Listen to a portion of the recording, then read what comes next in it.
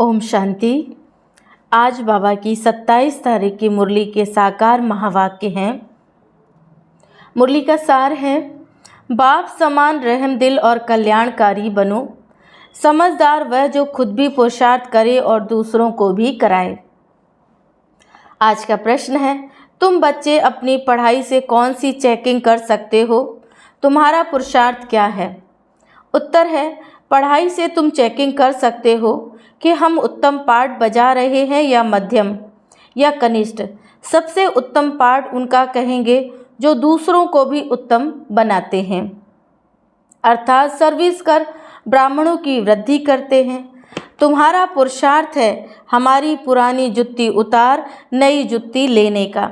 जब आत्मा पवित्र बने तब उसे नई पवित्र जुत्ती यानी शरीर मिले। ओम शांति।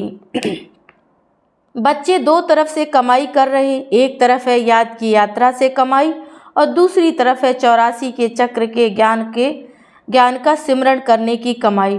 इसको कहा जाता है डबल आमदनी और अज्ञान काल में होती है अल्पकाल क्षणभंगुर सिंगल आमदनी। यह तुम्हारी याद की यात्रा की आमदनी बहुत बड़ी है। आयु भी बड़ी हो जाती है, पवित्र भी बनते हो, सभी दुखों से छूट जाते हो। बहुत बड़ी आमदनी है। सतयुग में आयु भी बड़ी हो जाती है, दुख का नामो निशान नहीं होता, क्योंकि वहाँ रावण का राज्य ही नहीं। अज्ञान काल में पढ़ाई का अल्पकाल का सुख रहता है और दूसरा पढ़ाई का सुख शास्त्र पढ़ने वालों को मिलता है। उनमें फॉलोअर्स को कुछ फ़ायदा नहीं। फॉलोअर्स तो है भी नहीं, क्योंकि वह तो ना ड्रेस आदि बदलते ना घर बार छोड़ते, तो फॉलोअर्स कैसे कह सकते हैं? वहाँ तो शांति पवित्रता सब है। यहाँ अपवित्रता के कारण घर घर में कितनी अशांति होती है। तुमको मत मिलती है ईश्वर की। अभी तुम अपने बाप को याद करो, अपने को ईश्वरीय गवर्नमेंट समझो, परंतु तुम हो गुप्त। दिल में कितनी खुशी होनी चाहिए। अभी हम हैं श्रीमत पर, उनकी शक्ति से सतो प्रधान बन रहे हैं। यहाँ तो कोई राज्य भाग्य लेना नहीं है। हमारा राज्य भाग्य होता ही नहीं दुनिया में। अभी उनका मालूम पड़ा है। इन लक्ष्मी नारायण के 84 जन्मों की कहानी तुम बता सकते हो। भल कोई भी मनुष्य मात्र हो, कैसा भी कोई पढ़ाने वाला हो, परंतु एक भी ऐसे नहीं कह सकेंगे कि आओ हम इन्हों को 84 जन्मों की कहानी बताएं। तुम्हारी बुद्धि में अब स्मृति रहती है, विचार सागर मंथन भी करते हो। अब तुम हो ज्ञान सूर्यवंशी, फिर सतयुग में कहा जाएगा विष्णुवंशी। ज्ञान सूर्य प्रगटा तो अज्ञान अंधेर विनाश। इस समय तुम्हें ज्ञान मिल रहा है, ज्ञान से ही सद्गति होती है। आधा कल्प ज्ञान चलता है, फिर आधा कल्प अज्ञान हो जाता है। यह भी ड्रामा की नूंद है।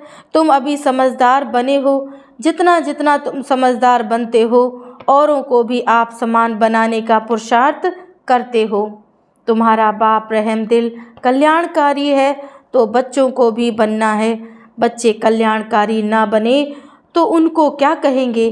गायन भी है ना, हिम्मते बच्चे मद दे बाप। यह भी जरूर चाहिए, नहीं तो वर्षा कैसे पाएंगे? सर्विस अनुसार तो वर्षा पाते हो। ईश्वरीय मिशन हो ना, जैसे क्रिश्चियन मिशन इस्लामी मिशन होती है, वह अपने धर्म को बढ़ाते हैं। तुम अपने ब्राह्मण धर्म और देवी धर्म को बढ़ाते हो। ड्रामानुसार तुम बच्चे जरूर मददगार बनेंगे। कल्प पहले जो पाठ बजाया था वह जरूर फिर तुम बजाएंगे। तुम देख रहे हो हर एक अपना उत्तम मध्यम कनिष्ठ पाठ बजा रहे हैं। सबसे उत्तम पाठ वह बजाते हैं जो उत्तम बनाने वाला है।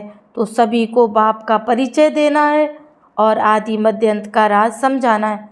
ऋषि मुनि आदि भी नेति नेति कहते गए और फिर कह देते हैं सर्वव्यापी, और कुछ नहीं जानते। ड्रामानुसार आत्मा की बुद्धि भी तमो प्रधान बन जाती है।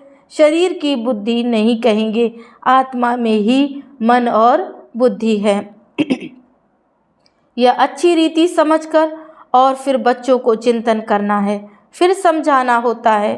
वो लोग शास्त्र आदि सुनाने के लिए कितने दुकान निकाल बैठे हैं। तुम्हारी भी दुकान है। बड़े बड़े शहरों में बड़े दुकान चाहिए। बच्चे जो तीखे होते हैं उनके पास खजाना बहुत रहता है। इतना खजाना नहीं है तो कोई को दे भी नहीं सकते। धारणा नंबरवार होती है। बच्चों को अच्छी रीति धारणा करनी है जो किसी को भी समझा सको। बात कोई बड़ी नहीं है, सेकंड की है। बाप से वर्षा लेना। तुम आत्माएं बाप को पहचान गए हो तो बेहद के मालिक हो गए। मालिक भी नंबरवार होते हैं। राजा भी मालिक तो प्रजा भी कहेगी हम भी मालिक। यहाँ भी सब कहते हैं हमारा भारत। तुम भी कहते हो श्रीमत पर हम अपना स्वर्ग स्थापन कर रहे हैं। फिर स्वर्ग में भी राजधानी है। अनेक प्रकार के दर्जे हैं। पुरुषार्थ करना चाहिए ऊंच पद पाने का। बाप कहते हैं जितना अभी पुरुषार्थ कर पद पाएंगे वही कल्पांतर के लिए होगा। इम्तिहान में कोई की कम मार्क्स हो जाती है फिर हार्ट फेल भी हो जाते हैं। यह तो है बेहद की बात। पूरा पुरुषार्थ नहीं किया फिर दिल शिकस्त भी होंगे, सज़ा भी खानी पड़ेगी। उस समय कर ही क्या सकेंगे? कुछ भी नहीं। आत्मा क्या करेगी? वो लोग तो जीव घात करते डूब मरते हैं। इसमें घात आदि की बात नहीं। आत्मा का तो घात होता नहीं, वह तो अविनाशी है। बाकी शरीर का घात होता है जिससे तुम पाठ बजाते हो। अभी तुम पुरुषार्थ करते हो या पुरानी जुत्ती उतार हम नई जुत्ती लेवे। या कौन कहते हैं? आत्मा। जैसे बच्चे कहते हैं ना हमको नया कपड़ा दो, हम आत्माओं को भी नया कपड़ा चाहिए। बाप कहते हैं तुम्हारी आत्मा नई बने तो शरीर भी नया चाहिए, तब शोभा है। आत्मा के पवित्र होने से 5 तत्व भी नए बन जाते हैं। 5 तत्वों का ही शरीर बनता है। जब आत्मा सतो प्रधान है तो शरीर भी सतो प्रधान मिलता है। आत्मा तमो प्रधान तो शरीर भी तमो प्रधान। अब सारी दुनिया के पुतले तमो प्रधान है। दिन प्रतिदिन दुनिया पुरानी होती जाती है, गिरती जाती है। नए से पुरानी तो हर एक चीज़ होती है। पुरानी हो फिर डिस्ट्रॉय होती है। या तो सारी सृष्टि का सवाल है। नई दुनिया को सतयुग, पुरानी दुनिया को कलयुग कहा जाता है। बाकी इस संगम युग का तो किसको भी पता नहीं। तुम ही जानते हो यह पुरानी दुनिया बदलनी है। अब बेहद का बाप जो बाप टीचर गुरु है उनका फरमान है कि पावन बनो। काम जो महाशत्रु है उन पर जीत पहन जगत जीत बनो। जगत जीत अर्थात विष्णुवंशी बनो। बात एक ही है। इन अक्षरों का अर्थ तुम बच्चे जानते हो। बच्चे जानते हैं हमको पढ़ाने वाला है बाप। पहले तो यह पक्का निश्चय चाहिए बच्चा बड़ा होता है तो बाप को याद करना पड़े, फिर टीचर को, फिर गुरु को याद करना पड़े। भिन्न भिन्न समय पर तीनों को याद करेंगे। यहाँ तो तुमको तीनों ही इकट्ठे एक ही टाइम मिले हैं। बाप टीचर गुरु एक ही है। वो लोग तो वानप्रस्थ का भी अर्थ नहीं समझते। वानप्रस्थ में जाना है इसलिए समझते हैं गुरु करना चाहिए। 60 वर्ष के बाद गुरु करते हैं। यह कायदा अभी निकला है। बाप कहते हैं इनके बहुत जन्मों के अंत में वानप्रस्थ अवस्था में मैं इनका सद्गुरु बनता हूँ। बाबा भी कहते 60 वर्ष बाद सद्गुरु किया है, जबकि निर्वाण धाम जाने का समय है। बाप आते ही हैं सबको निर्वाण धाम में ले जाने। मुक्ति धाम जाकर फिर पाठ बजाने के लिए आना है। वानप्रस्थ अवस्था तो बहुतों की होती है, फिर गुरु करते हैं। आजकल तो छोटा बच्चा हुआ उनको भी गुरु करा देते हैं, फिर गुरु को दक्षिणा मिल जाएगी। क्रिश्चियन लोग क्रिश्चियनाइज कराने गोद में जाकर देते हैं, परंतु वह कोई निर्वाण धाम में जाते नहीं। यह सब राज बाप समझाते हैं। ईश्वर का अंत तो ईश्वर ही बताएंगे, शुरू से लेकर बतलाते आए हैं। अपना अंत भी देते हैं और सृष्टि का ज्ञान भी देते हैं। ईश्वर खुद आकर सनातन देवी देवता धर्म अर्थात स्वर्ग की स्थापना करते हैं। इसका नाम भारत ही चला आता है। गीता में सिर्फ श्री कृष्ण का नाम डाल कितना रोल कर दिया है। यह भी ड्रामा है, हार और जीत का खेल है। इसमें हार जीत कैसे होती है यह बाप बिगर कोई बता ना सके। यह लक्ष्मी नारायण भी नहीं जानते कि हमको फिर हार खानी है। यह तो सिर्फ तुम ब्राह्मण ही जानते हो, शूद्र भी नहीं जानते। बाप ही आकर तुमको ब्राह्मण से देवता बनाते हैं। हमसों का अर्थ बिल्कुल अलग है।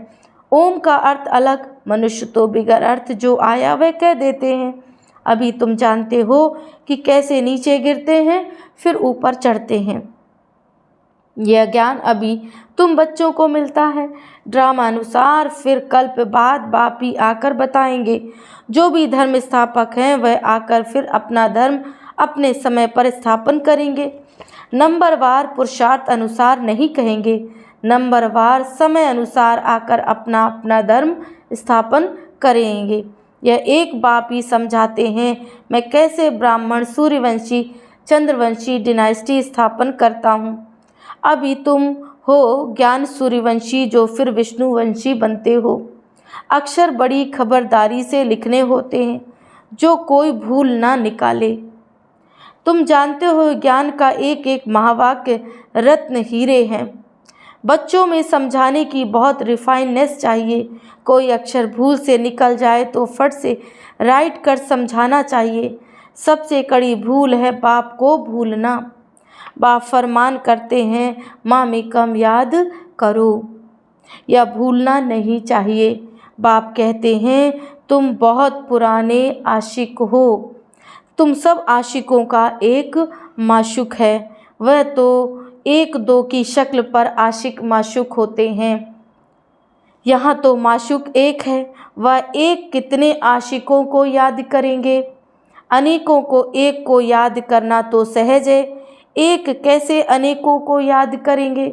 बाबा को कहते हैं बाबा हम आपको याद करते हैं, आप हमको याद करते हैं। अरे याद तुमको करना है पति से पावन होने के लिए। मैं थोड़े ही पतित हूँ जो तुमको याद करूँ। तुम्हारा काम है याद करना, क्योंकि पावन बनना है। जो जितना याद करते हैं और अच्छी रीति सर्विस भी करते हैं उनको धारणा होती है। याद की यात्रा बहुत डिफ़िकल्ट है, इसमें ही युद्ध चलती है। बाकी ऐसे नहीं कि 84 का चक्र तुम भूल जाएंगे। यह कान सोने का बर्तन चाहिए। जितना तुम याद करेंगे उतनी धारणा अच्छी होगी, इसमें ताकत रहेगी। इसलिए कहते हैं याद का जौहर चाहिए। ज्ञान से कमाई है, याद से सर्व शक्तियाँ मिलती हैं। नंबरवार तलवारों में भी नंबरवार जौहर का फर्क होता है।